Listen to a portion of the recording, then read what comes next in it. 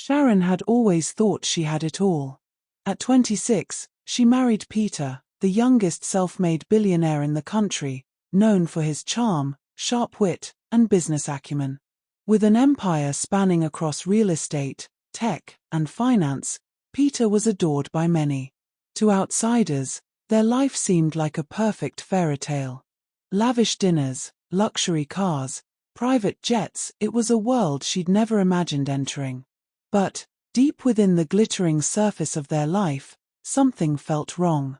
Sharon first noticed the odd behavior 2 months into their marriage.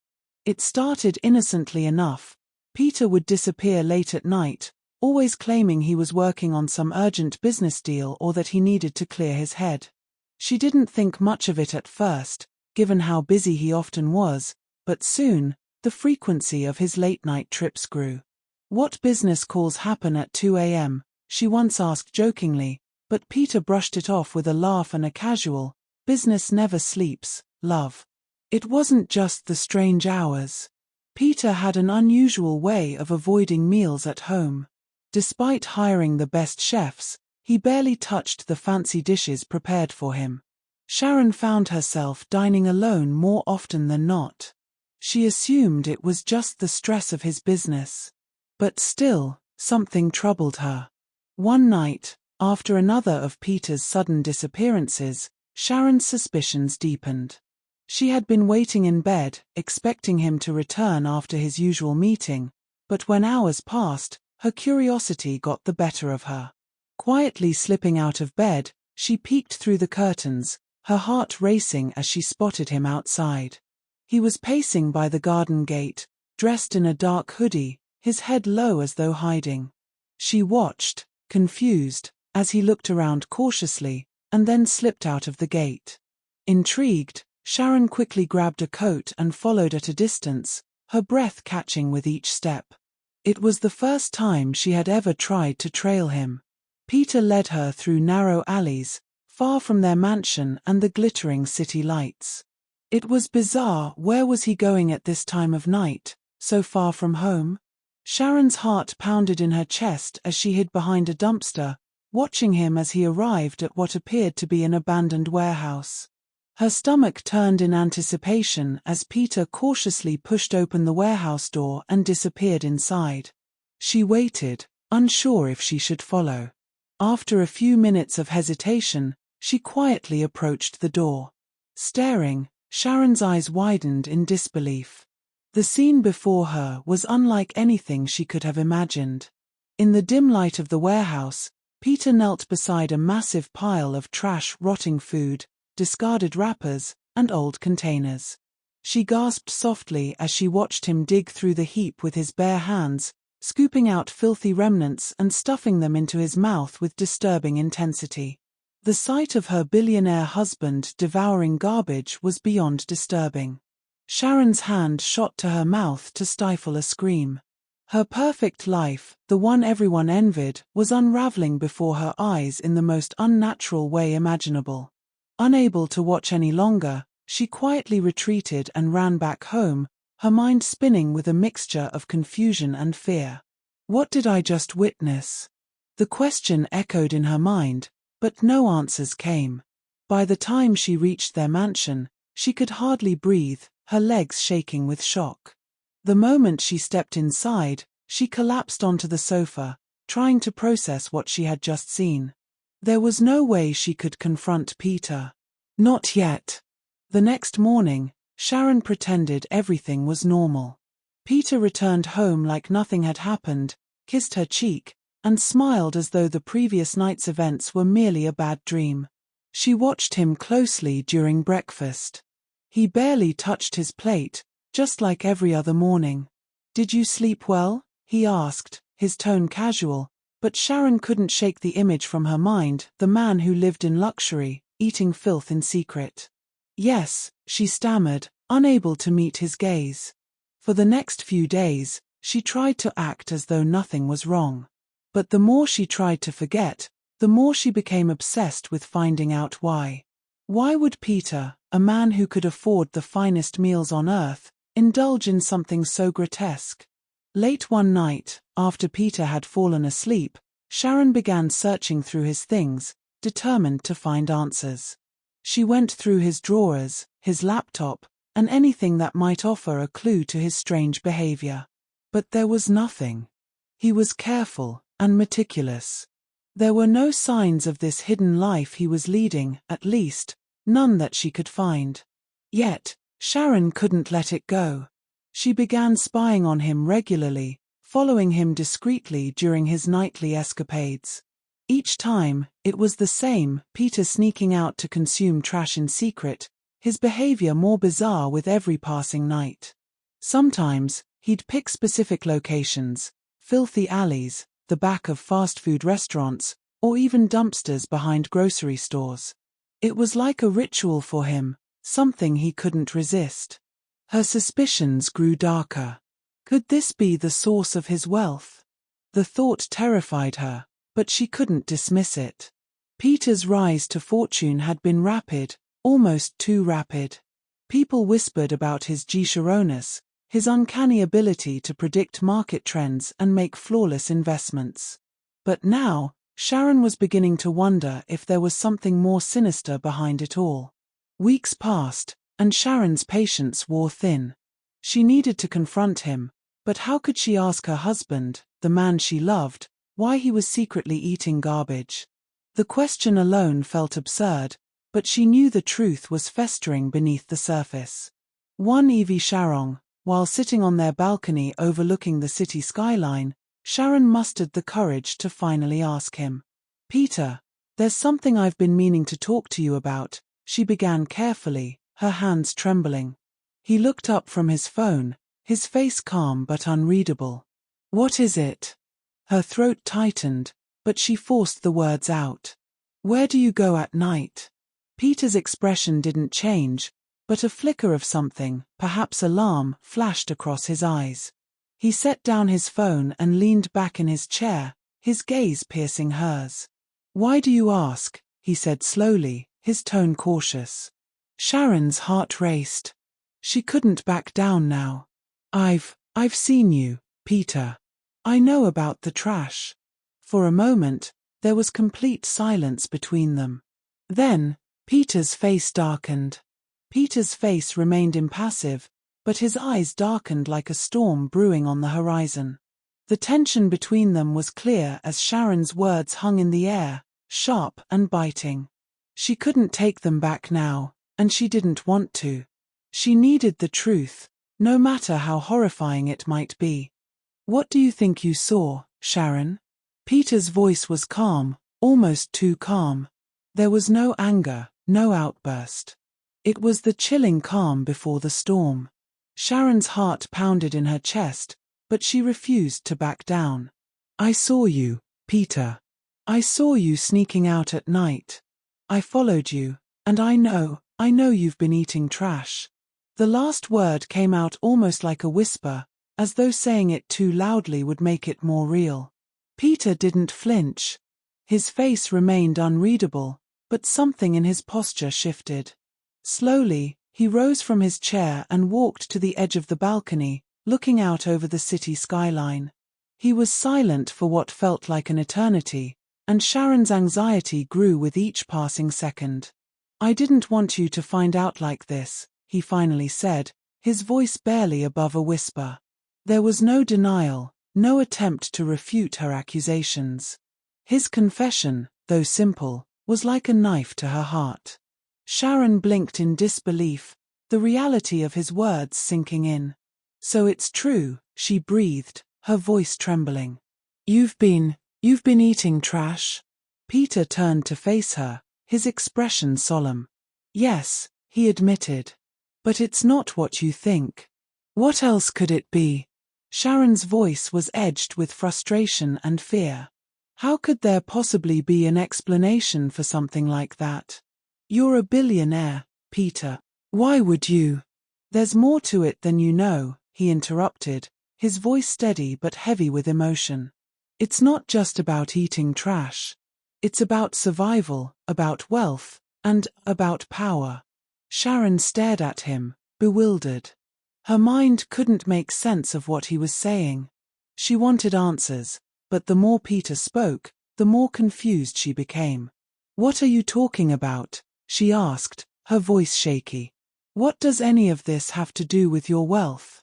Peter took a deep breath, as though preparing to reveal a burden he had carried for far too long. "I didn't always have this life," he began, his gaze distant. "You know that I came from nothing. But what you don't know is how I became the man I am today."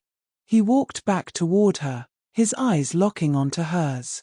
"Sharon, there are forces in this world that operate beyond what we understand. Wealth, real wealth, doesn't come from hard work or smart investments. It comes from sacrifices, unimaginable sacrifices." Sharon felt a chill run down her spine. The air around them seemed to grow colder as Peter's words took on a darker tone. "What are you saying, Peter?" she whispered.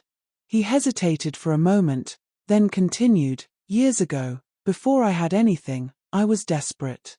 I had no money, and no future. I was struggling just to survive. That's when I met someone who promised me everything I ever wanted." "Who?" Sharon asked, her voice barely audible. Peter shook his head. "It doesn't matter who. What matters is what they offered me: a chance at fortune, success, and power beyond my wildest dreams. But it came with a price." Sharon's stomach felt uneasy as fear surrounded her like a thick fog. "What kind of price?" "They told me that to gain unimaginable wealth, I had to embrace something no one would ever understand. I had to consume the discarded, the forgotten. They called it feeding off the waste of the world, but it wasn't just about trash. It was about absorbing the essence of what people throw away: their failures, their losses, their fears. By doing so, I would gain the power to rise above them." Sharon's mind raced, struggling to process the horrific implications of what Peter was saying. "So, you've been eating garbage to stay wealthy? To keep your fortune?" Peter nodded slowly. "It's not just garbage, Sharon. It's symbolic. Every time I consume what others discard, I absorb the energy they've left behind. It fuels me and strengthens me. Without it, I lose everything." The revelation hit Sharon like a sledgehammer. This wasn't just about strange cravings or disgusting habits. This was something far darker, something supernatural, something that defied logic and reason. "But why didn't you tell me?" she asked, her voice cracking with a mixture of hurt and fear. "We're supposed to be partners, Peter. I should have known." "I couldn't tell you," he replied, his voice filled with regret. "I didn't want to burden you with this curse." "Curse?" Sharon's eyes widened. "You see this as a curse?" Peter's face hardened. "What else could it be? Do you think I enjoy this? Do you think I want to sneak out in the middle of the night, crawling through alleys and consuming trash? It's disgusting. But it's the price I have to pay to keep what I've built. Without it, everything falls apart. The businesses, the fortune, our life, it all depends on this." Sharon felt sick to her stomach. This was too much to take in.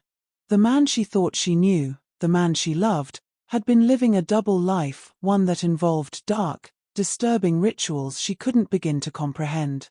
She had to get away, to clear her mind, to escape the suffocating weight of what she had just learned.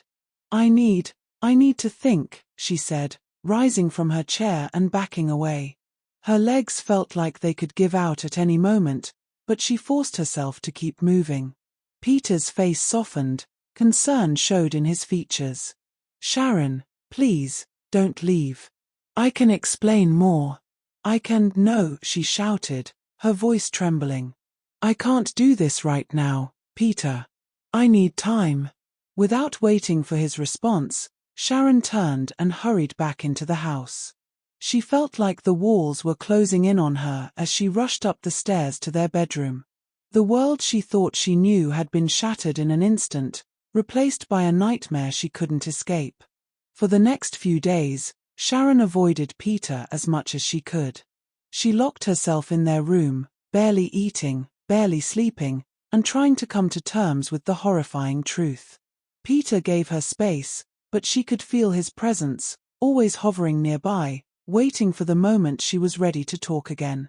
But Sharon wasn't sure if she could ever talk to him again. How could she look at the man she had married, knowing what he was, knowing what he had done? She felt trapped in a marriage built on lies, trapped in a life that no longer felt like hers. And yet, there was a part of her that couldn't let go. As much as she wanted to run, as much as she wanted to escape, she was still drawn to Peter. The love they shared, the life they had built, it wasn't something she could walk away from so easily. But what kind of life would it be, knowing the dark truth behind his fortune? Could she ever truly accept it, or would the weight of his secret crush her completely? Sharon spent the next few days spiraling through a whirlwind of confusion and fear. Every corner of their sprawling mansion felt foreign, haunted by the secret she now carried. She avoided Peter as much as she could, unwilling to confront him again, yet unable to stop thinking about him. Late at night, as she lay in their bed alone, she replayed the night of the revelation in her mind. Peter's words, his confessions, his torment, all of it played back at her, twisting her perception of the man she had married. She tried to recall the happy memories, the romantic dinners, the long conversations about their future, but everything now felt tainted by the truth she had uncovered. How long had he been living this way? The question circled in her mind, never finding a place to rest. She wanted to hate him, wanted to feel disgusted, but a part of her still loved Peter. Despite his horrific secret, despite the darkness that surrounded him, she couldn't simply erase the feelings she had for him. But loving him now came at a price. Finally, on a cold evening, Sharon decided she couldn't live in limbo any longer. She needed answers. She needed closure. Gathering her courage, she made her way downstairs, her footsteps heavy with dread. Peter was sitting in the living room, staring into the fireplace, his face illuminated by the soft glow of the flames. He didn't look up as she approached, but she knew he sensed her presence. "We need to talk," Sharon said, her voice steady despite the storm raging inside her. Peter nodded, his eyes still fixed on the fire. "I've been waiting for you to be ready." Sharon sat across from him, her hands clasped tightly in her lap. The silence stretched between them, thick and suffocating. She had rehearsed what she wanted to say, but now, faced with him, the words felt inadequate. "Peter, I don't know how to move forward from this," she began, her voice barely above a whisper. "I've spent days trying to make sense of everything, trying to understand why you would do something like this. Why you would hide it from me." Peter finally looked up, his eyes filled with a deep, sorrowful regret. "Sharon, I never wanted to lie to you. I thought I could protect you by keeping you in the dark, by sparing you from the burden I carry." Sharon's forehead wrinkled. "But you didn't protect me. You shattered everything I believed in. I don't even know who you are anymore." Peter leaned forward, his gaze intense. "I'm still the same man you fell in love with, Sharon. I'm still your husband. This curse, it doesn't define me. It's something I have to live with, but it's not who I am. But it is." Sharon's voice cracked with emotion. "It's a part of you, whether you want to admit it or not. This isn't something you can just sweep under the rug. You eat trash, Peter. You feed off of waste to stay rich. How am I supposed to live with that?" Peter's jaw tightened, his frustration palpable. "Do you think I enjoy this? Do you think I want to be this way? I was given no choice, Sharon. I was desperate. I didn't know what I was getting into when I made that deal." Sharon shook her head, tears welling up in her eyes. "And now I have no choice. I'm stuck in this nightmare with you, and I don't know if I can do it." Silence fell between them once again. Peter's expression softened as he reached out, gently taking her hand. "I love you, Sharon. More than anything in this world. I never wanted you to carry this burden with me, but now that you know, I can't change what's happened. All I can do is ask you to stay with me, to help me find a way through this." Sharon pulled her hand away, standing up abruptly. "But how, Peter? How do we move forward from here? How do I live with the fact that my husband, a man everyone admires, is secretly doing this?" Peter stood as well, desperation in his eyes. "We'll figure it out together. We'll find a way to make this work. I'll do whatever it takes to make things right." Sharon took a step back, shaking her head. "There is no making this right, Peter. You made a deal with something dark, and now you're trapped in it. And now, so am I." She turned away, pacing the room as her mind raced. Peter watched her, his hands clenched into fists at his sides. He had always been in control, and always had a plan for everything. But this was slipping through his fingers. "There's something else," Peter said suddenly, his voice low and hesitant. Sharon stopped in her tracks, turning to face him. "What do you mean?" Peter hesitated, his eyes flickering with an emotion she couldn't quite place. "The deal, it's not just about maintaining my wealth. It's about keeping everything I've built. Without it, everything falls apart." Sharon's stomach twisted with dread. "What do you mean? If I stop feeding, the businesses collapse. The fortune disappears. Everything we have, everything I've worked for, it's all tied to this." Sharon's breath caught in her throat. "So, you're saying that if you stop, we lose everything?" Peter nodded slowly, his face grim. "Yes. The deal I made is binding. It's the price I pay for success." Sharon sank into a nearby chair, her mind reeling. She had thought things couldn't get worse, but now she realized the full extent of the trap they were in. This wasn't just about Peter's disgusting habit. This was about their entire life, the wealth, the mansion, the luxury. It was all built on a dark, twisted foundation, and if Peter stopped, it would all come crashing down. For a long moment, Sharon sat in silence, her thoughts racing. She loved Peter, but she couldn't deny the horror of the situation they were in. Could she really live with this? Could she stay with a man who was bound to such a dark and twisted pact? Peter knelt in front of her, his eyes pleading. "Sharon, please. I know this is a lot to take in. But I can't lose you.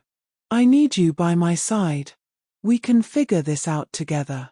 Sharon's heart ached as she looked into his eyes, filled with love and desperation. She wanted to stay, to fight for their marriage, but the weight of his secret was suffocating. Could she really live with this, knowing that their entire life was built on such a dark foundation? "I don't know if I can do this," she whispered, her voice trembling. Peter reached for her hand again, holding it tightly. "You can. We can. I'll find a way to make it easier. I'll do anything for you, Sharon. Just please, don't leave me." Sharon stared at him, torn between her love for him and the horror of what he had revealed. The man she had married, the life they had built together, it was all so fragile, so tainted by the darkness he had embraced. Could she really stay with him, knowing the truth? Or was it time to walk away, to leave behind the wealth and the man she loved for the sake of her own sanity? The decision weighed heavily on her heart, and as she sat there, holding Peter's hand, she realized there was no easy answer.